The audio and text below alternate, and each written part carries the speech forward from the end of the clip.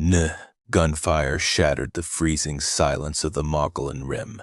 Most men would have barred their cabin doors, ignoring the brutal frontier justice playing out in the pines. Gideon Rollins was not most men. Stepping into the bloody snow, he unknowingly invited a tempest that would irrevocably alter his soul. The winter of 1874 had descended upon the Arizona Territory with a vengeance, burying the jagged peaks of the Mogollon Rim beneath 3 feet of unforgiving powder. Gideon Rollins preferred it this way. At 34, the mountain man had spent the better part of a decade trying to freeze out the memories of a life left behind in the ashes of the war. His sanctuary was a hand-hewn log cabin nestled deep in a blind canyon near Chevelon Creek, a place so remote that even the most desperate outlaws and territorial cavalry rarely stumbled upon it. On the afternoon of the 7th of February, the bitter wind carried a sound that did not belong in the high country. It was sharp, chaotic, and entirely human. Gideon paused, his gloved hand resting on the frozen bark of a ponderosa pine. He had been checking a trapline, his breath pluming in the icy air. A second crack echoed through the timber a heavy-caliber rifle. Then came the high-pitched, unmistakable scream of a terrified child. Cursing softly into his thick, ice-crusted beard, Gideon unslung the heavy, sharp 65 Doddern Meinschule Marauder Faniu's shoulder. He moved with a ghostly silence that belied his massive frame, navigating the deep snowdrifts with the practiced ease of a man who belonged to the wild. Cresting a small ridge, he looked down into a snow-choked ravine. What he saw made his blood run hotter than the brass of a spent cartridge. 3 men on horseback had cornered 2 small figures against a wall of sheer granite. The men were rough-looking border trash, clad in filthy buffalo coats and grease-stained Stetsons. Gideon recognized the man in the center immediately. Bloody Bill Yount, a notorious scalp hunter who made his living exploiting the darkest, most corrupt corners of territorial bounties. Flanking him were his usual lackeys, Ezra Cobb and a man known only as Higgins. Pressed against the granite were 2 young Apache girls. The older one, perhaps 12, stood protectively in front of her sister, who looked no older than 8. The older girl wielded a jagged piece of deadwood like a club, her dark eyes flashing with a desperate, cornered fury. Her heavy woven blanket was torn and blood stained the pristine snow at her moccasined feet. "Don't make this hard, little birds," Yount sneered, his voice carrying clearly on the crisp air as he spurred his roan horse a step closer. He drew a long, rusted blade from his belt. "Ain't nobody out here but us." Gideon didn't shout a warning. The frontier had taught him that men like Yount didn't negotiate, and hesitation was a luxury paid for in blood. He leveled the Sharp's rifle, resting the heavy octagonal barrel against the trunk of a pine, and exhaled. The roar of the buffalo rifle was deafening in the narrow ravine. A plume of white smoke erupted from the ridge, and down below, Ezra Cobb was violently thrown from his saddle, his chest cavity shattered by the massive lead slug. Yount and Higgins wheeled their horses around in panic, their weapons drawn, but Gideon was already moving. He dropped the single-shot rifle and drew his twin Colt Dragoon revolvers, sliding down the snowy embankment like an avalanche of vengeance. Higgins managed to fire off a wild shot from his Winchester, the bullet loudly splintering the bark just inches from Gideon's head. Gideon returned fire, the heavy dragoon barking twice. Higgins slumped forward over his horse's neck, dead before he hit the ground. Yount, a survivor of countless violent encounters, didn't stay to fight a losing battle. Seeing his men decimated by a phantom in the snow, he spurred his horse violently, abandoning his prize. "You're a dead man, Rollins," he screamed, recognizing the towering mountain man just before he vanished into the dense timber. Gideon stood breathless in the knee-deep snow, the acrid smell of black powder burning his nose. He holstered his weapons and turned slowly toward the granite wall. The 2 girls were huddled together, shivering uncontrollably. The older girl still gripped her piece of wood, aiming it now at Gideon. Her face was a mask of sheer terror, but she did not flinch. "Put it down," Gideon said, his voice a low, gravelly rumble. He raised his hands, palms outward, showing he held no weapons. He spoke a few halting words of the Chiricahua dialect he had picked up over the years. "Sikisin, du tatansa da. Friend, no death." The older girl hesitated, her dark, wide eyes scanning his weathered face, searching for the deceit she had come to expect from men of his kind. Slowly, realizing they were freezing to death, she lowered the wood. Gideon approached cautiously. He saw now that the older girl had a deep, bleeding laceration across her thigh, likely a grazing bullet wound from the skirmish. Without a word, he unbuttoned his heavy bear hide coat and wrapped it around the trembling younger girl, lifting her effortlessly into his arms. He nodded to the older one to follow.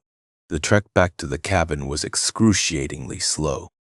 By the time they reached the warmth of Gideon's hearth, the winter sun had dipped behind the rim, plunging the world into a freezing twilight. Gideon worked silently, stoking the cast-iron stove until the small cabin radiated heat. He heated a pot of venison stew and brought out a basin of hot water, clean rags, and a bottle of raw whiskey. He tended to the older girl's leg with practiced, gentle hands. She winced as the whiskey cleaned the wound, but no sound escaped her lips. The younger girl watched him with large, unblinking eyes from the edge of Gideon's cot, greedily eating the hot stew. Over the next 2 days, an uneasy truce settled within the cabin. Gideon learned their names through broken exchanges, Nalen and Dosha.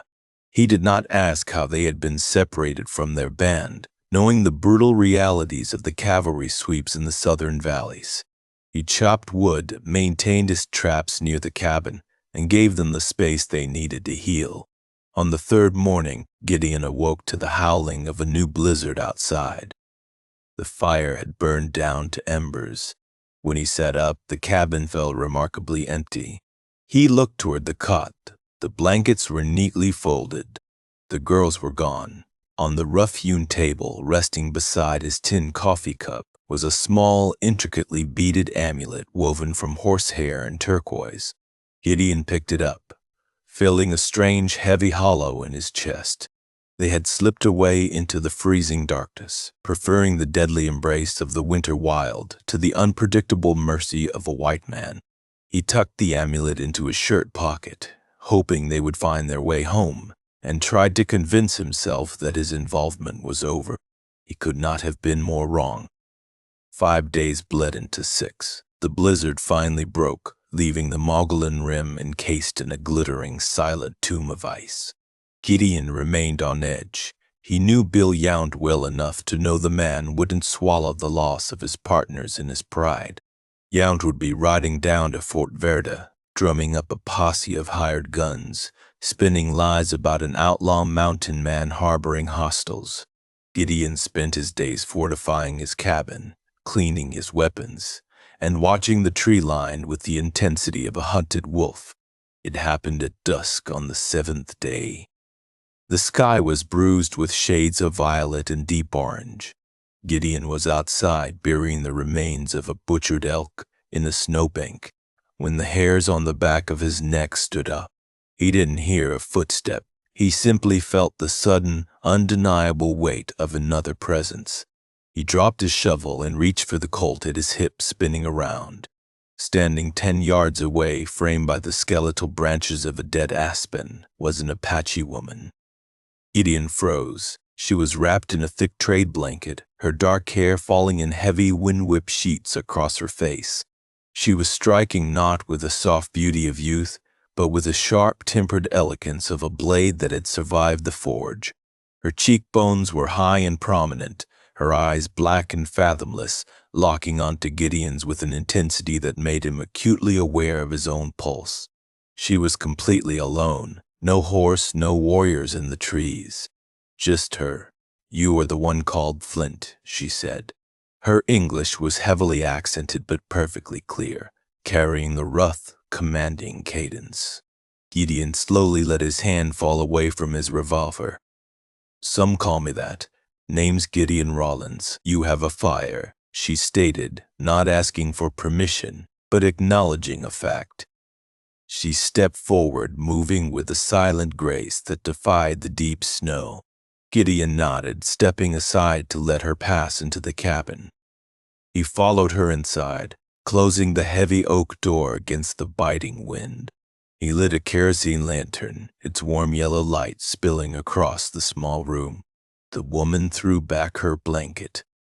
She wore a heavy buckskin tunic, and at her hip hung a wicked-looking hunting knife.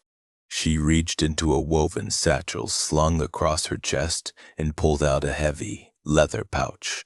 With a dull thud, she dropped it onto Gideon's wooden table.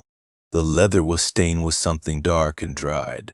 "Nalin and Dosha have returned to the hidden camp," the woman said, her voice softening by a fraction of a degree.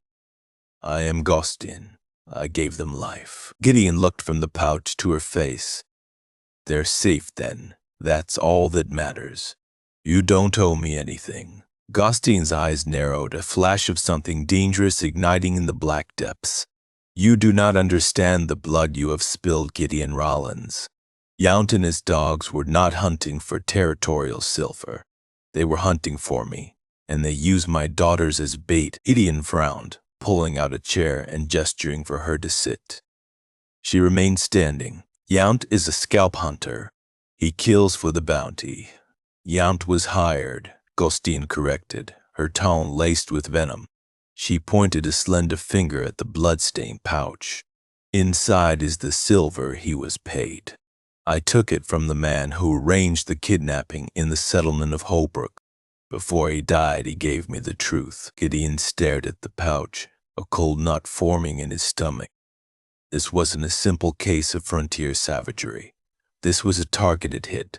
Who hired him? A man who wears the blue coat. Captain Josiah Cutler. Gideon's jaw tightened.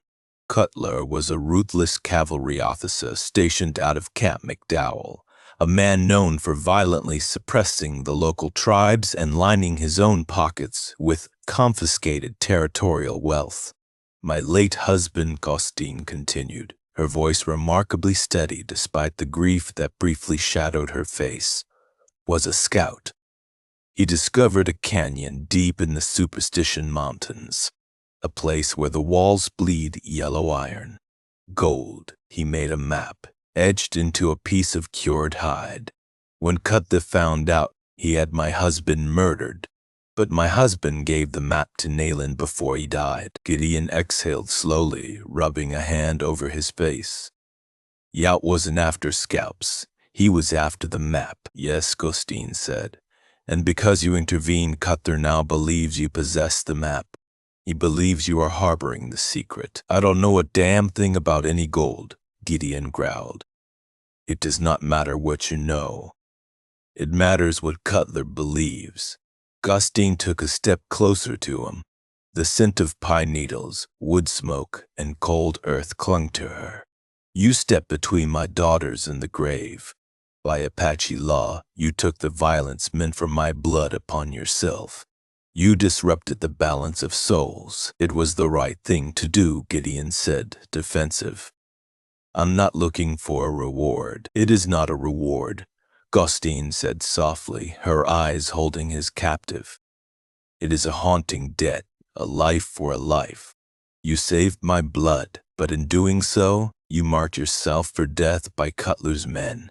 I cannot allow the men who saved my daughters to be slaughtered for my family's secret." She reached out, her warm, calloused fingers briefly grazing the rough canvas of his shirt over his chest. Gideon's breath hitched at the unexpected contact. "I have sent my daughters deep into the mountains with my brother," Gostin declared, her voice ringing with absolute finality. "I will not leave this cabin, Gideon Rollins. My life force is tied to yours until the shadows are cut and the debt is paid.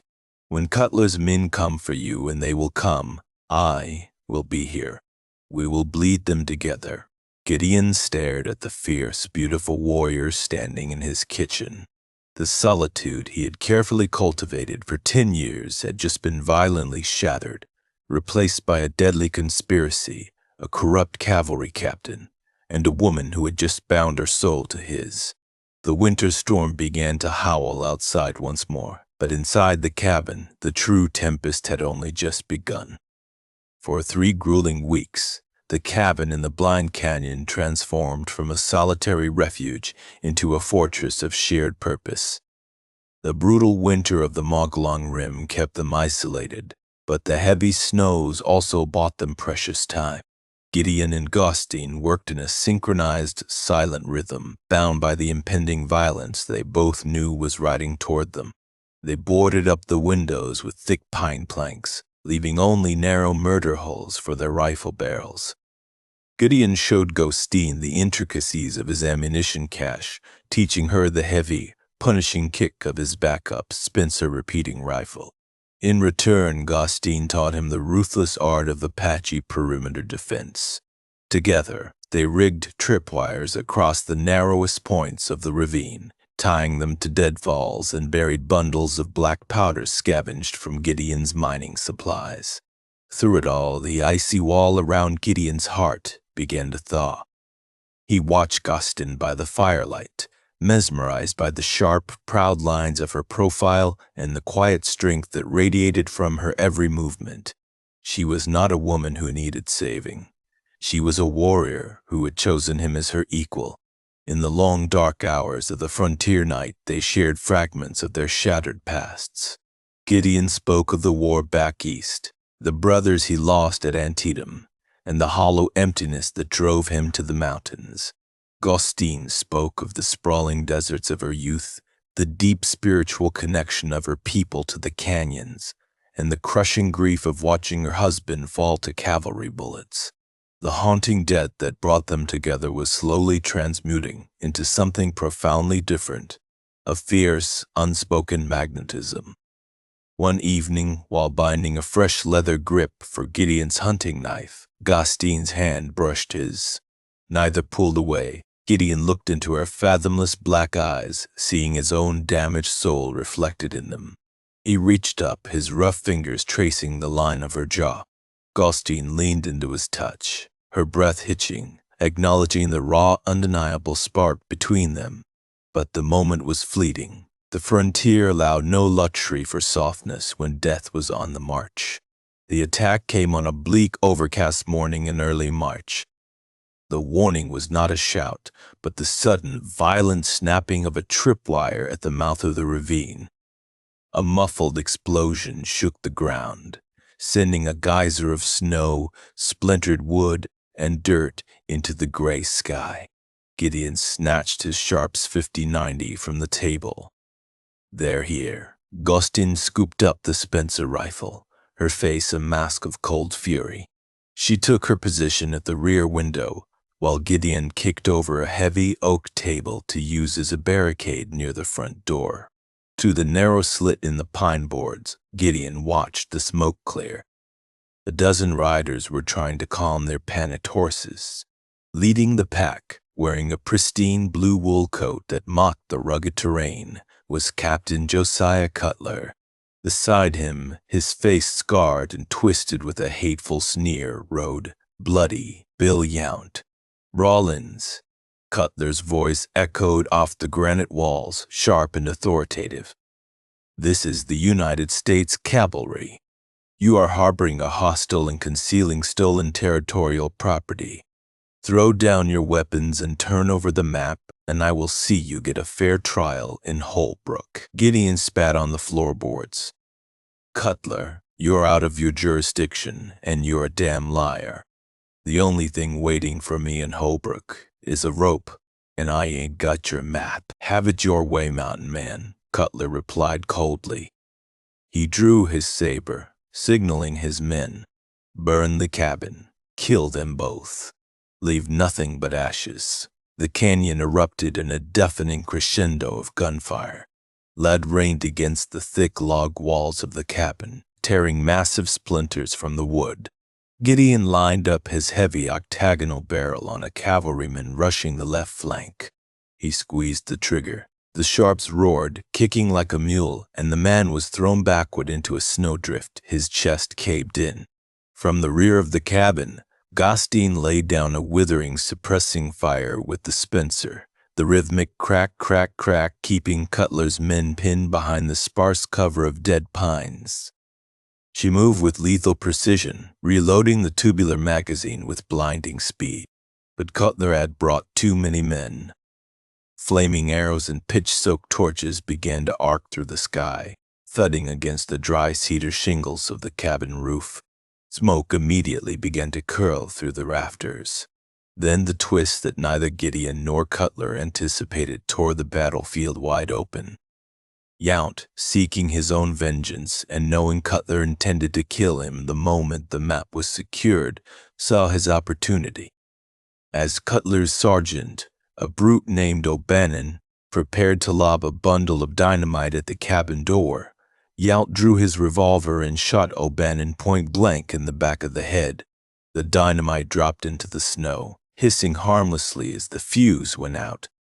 Cutler spun around, his face draining of color.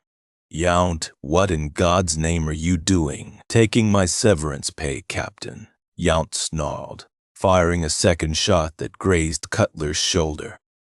"I ain't letting you take the gold and bury me to keep the secret." Chaos consumed the attacking force. Cutler's corrupt cavalrymen were suddenly caught in a three-way crossfire, unsure of who to shoot. "The roof is catching," Gostin yelled over the din, her face smeared with black powder soot. Gideon dropped the empty sharps and drew his twin Colt dragoons. "We can't stay in here, we take the fight to them." Gideon kicked the heavy oak door open, the hinges screaming in protest. He charged into the freezing air, the Colts barking a deadly rhythm in his hands. He fired from the hip, dropping two of Cutler's men who were distracted by Yount's sudden betrayal. Gostin slipped out the back window like a shadow, abandoning the empty Spencer rifle for her wicked hunting knife and the stolen cavalry revolver. She flanked the chaotic skirmish, moving through the deep snowdrifts with ghost-like silence. Yount was screaming wildly, taking cover behind his dead horse, firing blindly at both the cabin and Cutler. He saw Gideon emerge from the smoke and let out a roar of pure hatred. "Rawlins, I owe you for my boys," Yount charged, tackling Gideon into a deep snowbank. The sheer force knocked the heavy Colts from Gideon's hands. The two men rolled through the powder, a tangle of heavy coats and murderous intent. Yount drove a knee into Gideon's ribs, pulling a jagged Bowie knife from his boot. He slashed downward, tearing through Gideon's canvas coat and biting deep into his left shoulder. Gideon grunted in pain, but didn't falter. The frontier had hardened him beyond normal human limits. He reached up, his massive calloused hands closing around Yount's throat. With a roar of exertion, Gideon rolled them over, pinning the scalp hunter beneath him. Yount thrashed, trying to free his knife, but Gideon's grip was an iron vise.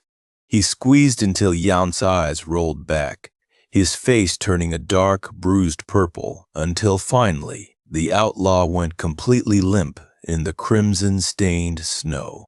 Meanwhile, on the edge of the tree line, Cutler was attempting a cowardly retreat. Gripping his bleeding shoulder, the captain scrambled toward his horse. He didn't make it. Gostin stepped out from behind a massive ponderosa pine, blocking his path. Her breathing was heavy, her dark eyes blazing with the accumulated wrath of a widow and a mother. Cutler stumbled backward, drawing his service revolver with a trembling hand. "You savage, I'll blow you to hell." Before Cutler could pull the trigger, Gostin lunged.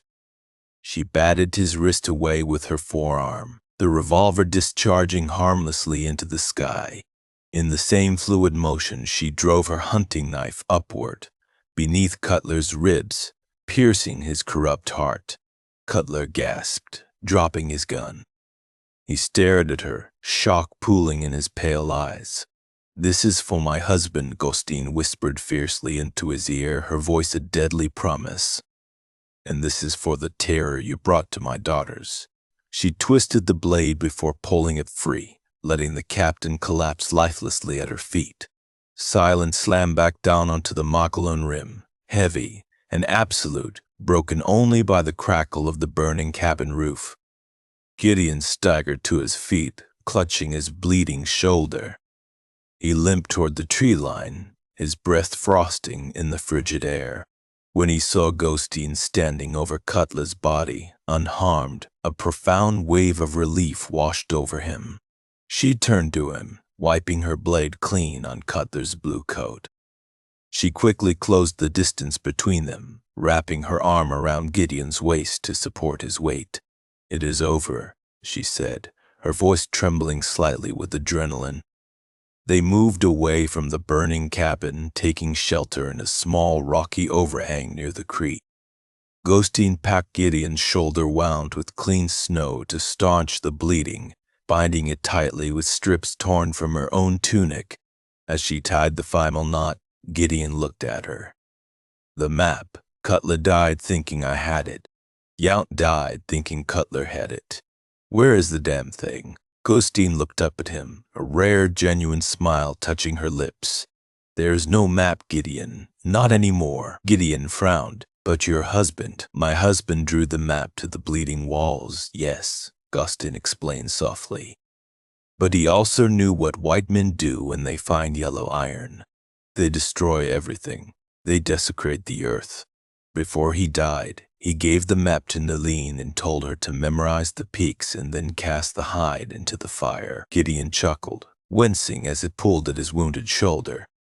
"So they died for nothing, chasing ashes. They died because their souls were corrupted," Ghosteen corrected. She rested her hand gently against his uninjured chest, feeling the steady, reassuring beat of his heart. "The debt is paid, Gideon Rawlins. I no longer owe you my life."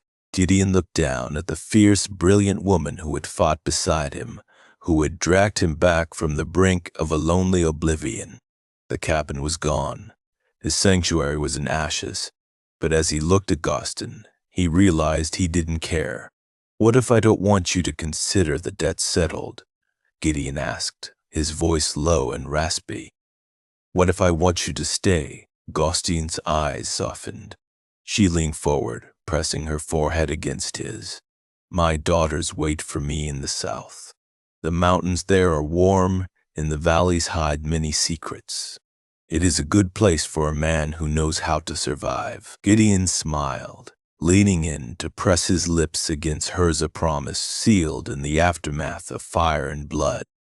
"Then I suppose we have a long ride ahead of us." The winter thaw finally arrived, turning the bloody snow of the Magdalene rim into rushing mountain streams. Gideon and Ghosteen did not stay to watch the canyon turn green. Packing the surviving horses, they rode south toward the untamed borderlands, leaving the ashes of their past behind. The debt of blood was paid in full, replaced by a fierce, unspoken promise forged in the fires of survival.